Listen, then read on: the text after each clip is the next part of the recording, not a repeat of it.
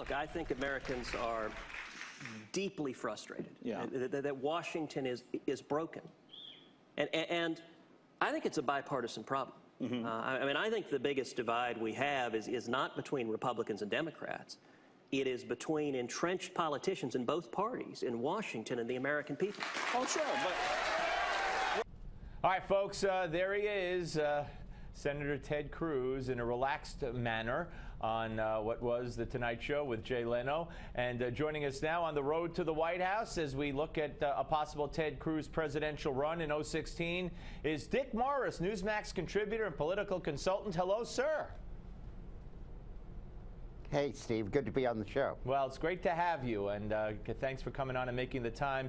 I know you're busy with your radio show in Philadelphia, and I really love talking to you. And nobody better to talk about Ted Cruz with than you. So, you know, we saw a relaxed Ted Cruz there. He got a lot of laughs from the audience at the time. First of all, do you think that Ted Cruz will eventually wind up throwing his hat in the ring? Yeah, I do.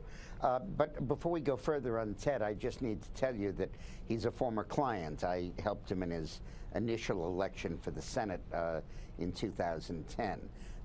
We used to meet furtively in hotel rooms in Houston to work on his campaign.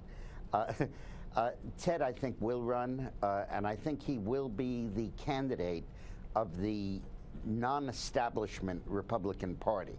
In other words, the way I always see presidential nominating processes is a little bit like Wimbledon or the U.S. Open in tennis. You have the quarterfinals, the semifinals, and the finals.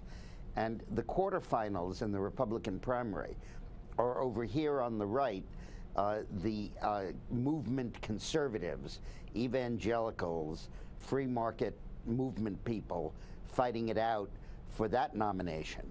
And over here in the center, you have the mainstream Republican major money people fighting it out for that nomination. And then the two of them oppose each other in the ultimate runoff. So, for example, in this last election, you had Santorum, who emerged as the candidate of the grassroots, and you had Romney, who emerged as the candidate of the mainstream. Now, in this year's handicapping, I think in the grassroots court, you're going to have Ted Cruz, Rand Paul, and maybe Marco Rubio, and maybe Scott Walker, and maybe a few others. Jindal, others could jump in. But I think the main contestants are going to be Cruz, Paul, and Walker and Rubio, those four. And I think that there will be a focus on who the Tea Party and the people that are evangelicals and the enthusiastic, hard-working grassroots of the party support. And I think right now Cruz is ahead for that. I think there is no strong evangelical candidate. It's possible Huckabee gets in. It's possible Santorum gets in. But lacking that, it really is the Tea Party movement that will dominate it, and Cruz is their darling. In the meantime, of course, you have the center court where Chris Christie and maybe Jeb Bush and maybe even Mitt Romney and possibly Marco Rubio could be the switcher, Paul Ryan, they're going to duke it out in the mainstream court.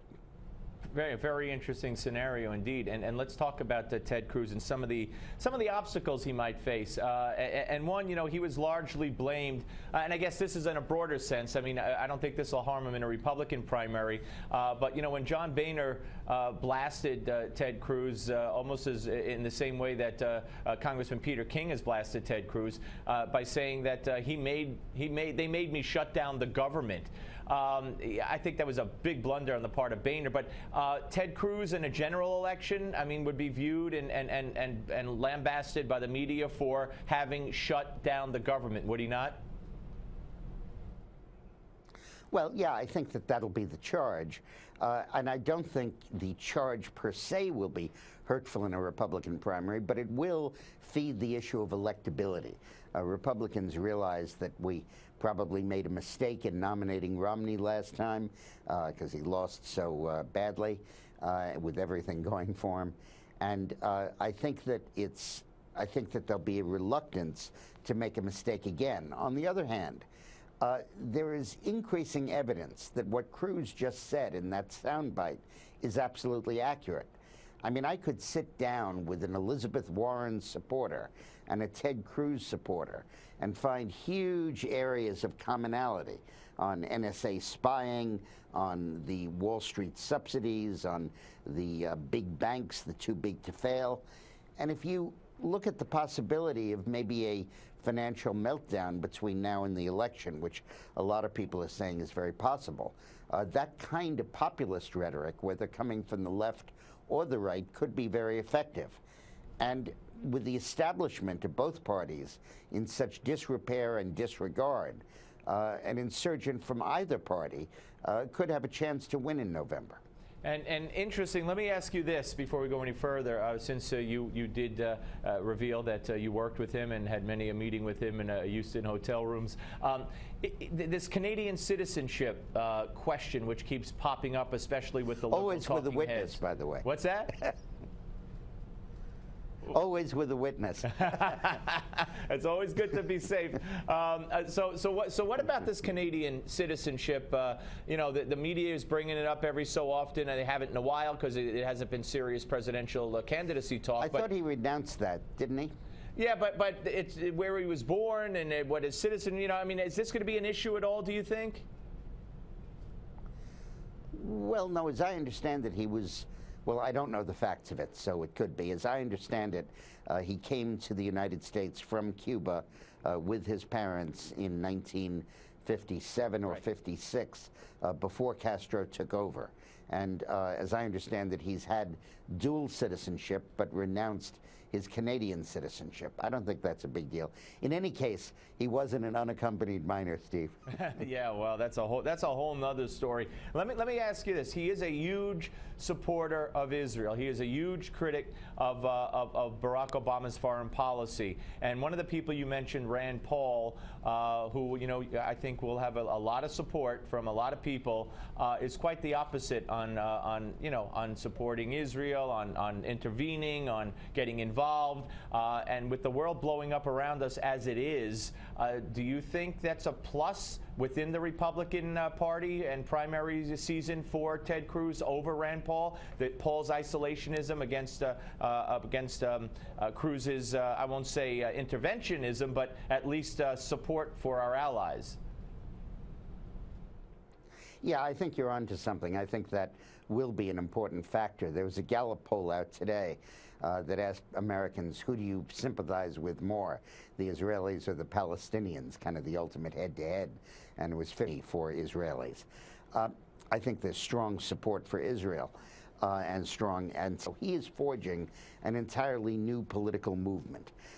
Not like the Tea Party, which pre-exists, where Cruz is kind of filling it in and kind of stepping into shoes that are already there. Rand Paul is really growing his own, and it's a libertarian combination of de-emphasize the war on drugs or eliminate it entirely, be much more conservative and less willing to commit American manpower in foreign situations, pull back a lot of the stuff we're doing in the war on terror, particularly in the NSA stuff, and be very reluctant to commit American forces. That's a charitable explanation of all of Paul's positions. The problem is that the Republican Party is a layer cake.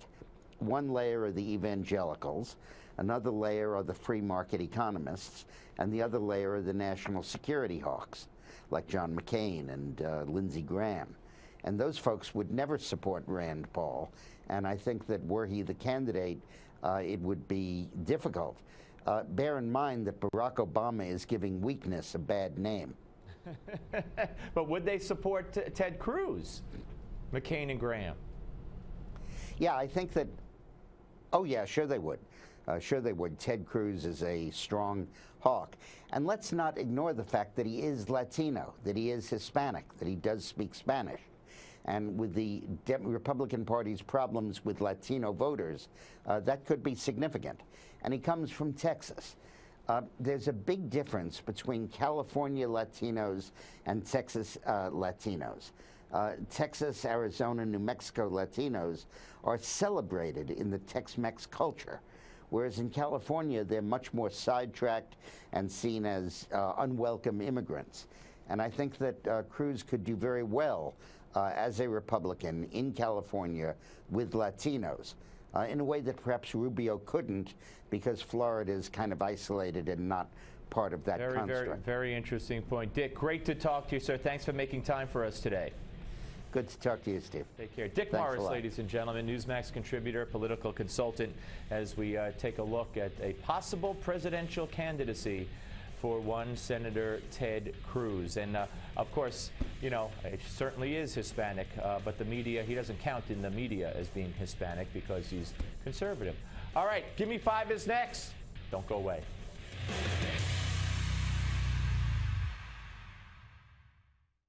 Do you sleep